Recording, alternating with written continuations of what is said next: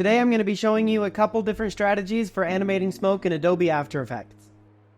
For this first way I'm going to be doing it, I'm going to be creating a lot of shapes that overlap with each other in order to create that smoke effect. So I'm going to start out with circles this time around, and I'm just going to draw a couple of different shapes and make sure that their anchor points are in the center. So I'm just going to duplicate that circle with Command or Control D. This one I'm just going to stretch out like this. I'm going to select all of them and make their color white. Put them all directly on top of each other using the Align panel. So I'm going to align these all three together and bring them down to right here. I'm going to press P with all of the layers selected to bring up the position animator. And I'm going to jump 1 second ahead and bring it up to the top. And I'm actually going to come back in. I'm going to move this beginning one off the frame and this other one off the frame right here.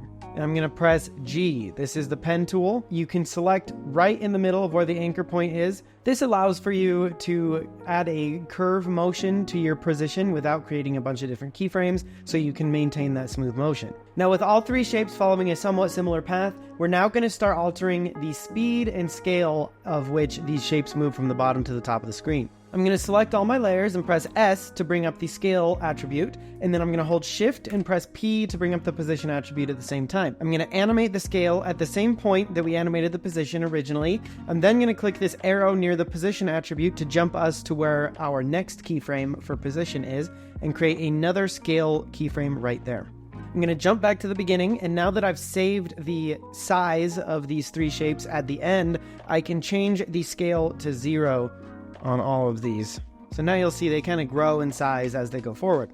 I want them to reach a maximum scale somewhere towards like a third of the way through. I'm then going to go to the end, and I'm going to bring them all down to probably about like 50, not quite 0, because I'm going to have them go off the top instead of completely disappear. But now they vary in size as they go up. Next thing I'm going to do, I'm going to select all the keyframes, right click, go to Keyframe Assistant and Easy Ease. I'm now going to offset each of these slightly. Okay, cool. I'm then going to duplicate all of these one more time with Command D. I'm going to grab the top layer and move it right below where it is. What this is going to do is the three selected layers I have are just going to move straight to the top. I'm going to select everything and press U twice to close all of the keyframes. And I'm actually going to, these are my second ones right here. And I'm going to bring these to the same point as some of our previous ones so that different shaped circles play at the same time. Kind of like that, see? Now I'm going to select all of them, duplicate them, go back, move them to the top. I'm going to move them 2 frames forward. And as you can see, the main goal here is just to have the circles overlap with each other as they go up.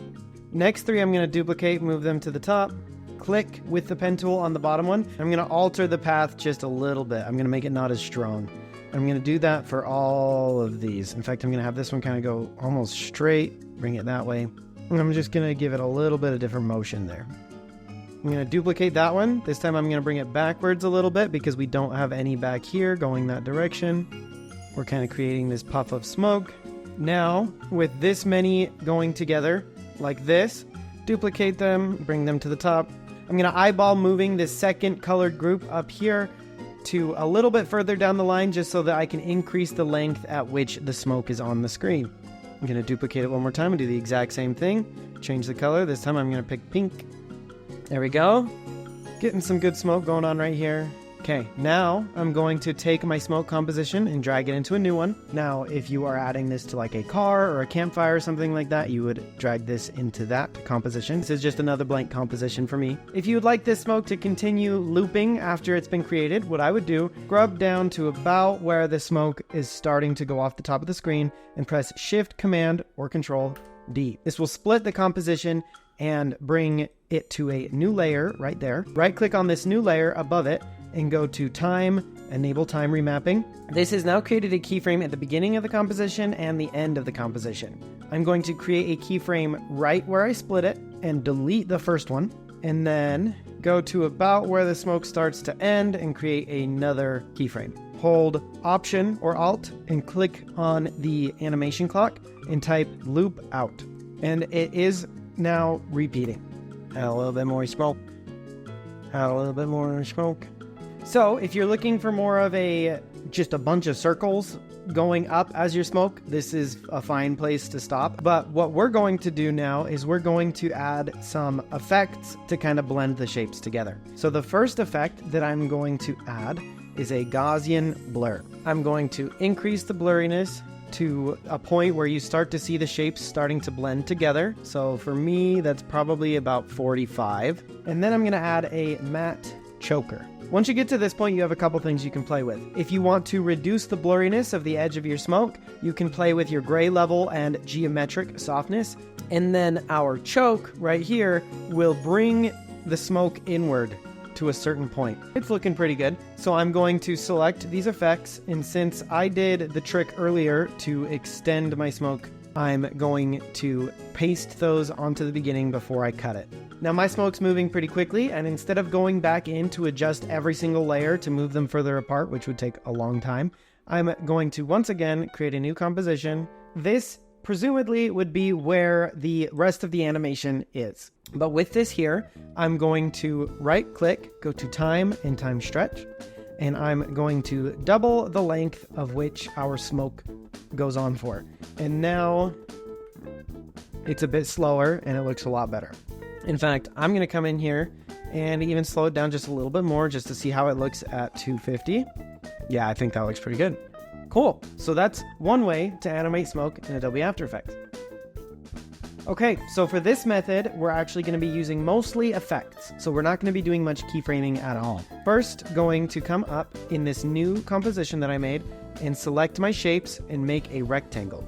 I'm going to have it overlap the top and the bottom of the composition just a little bit. In effects, I'm going to search for the effect wave warp, and I'm going to apply that to this rectangle. As you can see, the waves are moving across from left to right. We want that to be going from the bottom to the top, so I'm going to change the direction from 90 degrees to 0. Now it'll be moving upwards like that. Next thing I'm going to do is in my layer itself, I'm going to open it up, open contents, open rectangle path, right click on rectangle path and click convert to Bezier path. This will allow for me to then select my pen tool and click and bring these corners in like so. Now I'm going to play around with the settings of our first wave warp effect. So the first thing I'm going to do is change the wave height and width. I'm going to do about 20 height and 120 on the wave width. Next, I'm going to get the correct wave speed that I would like. So I'm going to set it to probably like 1.4. Since it is smoke, I'm not going to be having the wave move too fast, but that is completely up to you. I'm then going to select this pinning right here. What that's going to do is it's going to pin the edge of the shape so that it isn't all wavy as much on one of the edges of the composition. For us, I'm going to pin that to the bottom. And as you can see, it stays pretty straight down there at the bottom and comes up going this way. Next thing I'm going to do is I'm going to duplicate the wave warp. By default, this is just going to change the intensity of the first effect, but we're going to change the settings of the second one so that they kind of fight with each other a little bit. First thing I'm going to do is I'm going to take the width and I'm going to bring it a little higher based off of the shape right now, 180, see how that works? So already you can see now we don't have quite perfectly even waves. The next thing I'm going to do is I'm going to take the wave speed and I'm going to decrease it. Now you can see that the height of the waves are changing and they're also kind of moving upwards with the shape as it goes up. With the direction of the waves, I'm going to bring them off just a little bit in opposite directions. So my bottom effect is going 10 degrees that way, and my top one is going about 15 degrees that way. And we're already getting a pretty cool smoke effect right here. Now, as you can see, one of the things that's happening is the top is not quite reaching the top of our composition. We could pin it to the top, but as you can see with the bottom of our animation, that would make it so that it doesn't move as much. It's kind of bringing it down to a solid spot. So instead, what I'm going to do is I'm going to add the effect grow bounds. Now, I need to put grow bounds at the top of the wave warp, and then I can just increase the amount. If you'd like to further distort your smoke so that the shapes are even more so changing from the bottom to the top, we can add one more effect called Bezier Warp. Keep this effect at the bottom of the stack, and when selecting it, grab one of these handles right here and just pull it down, and you'll see you'll kind of squish the bottom of the smoke so that they start smaller and then they end up bigger as they go up.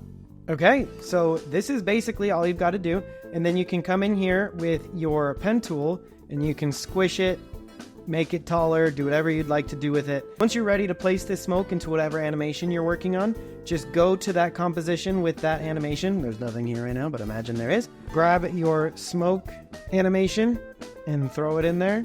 And then you can just rotate it to fit whatever, a reflection off the bottom of the water or something like that. There's lots of stuff you can do with it.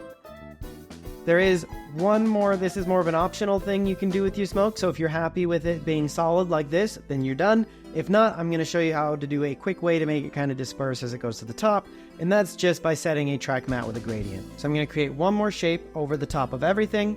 I'm going to click fill and I'm going to turn on a linear gradient. Mine is already going from white to transparent, but if yours is not, click on the color box, make both of these points on the bottom white, and then on the top is where you set your opacity. I'm going to click on the first one, set it to 100, click on the last one, set it to 0, hit OK.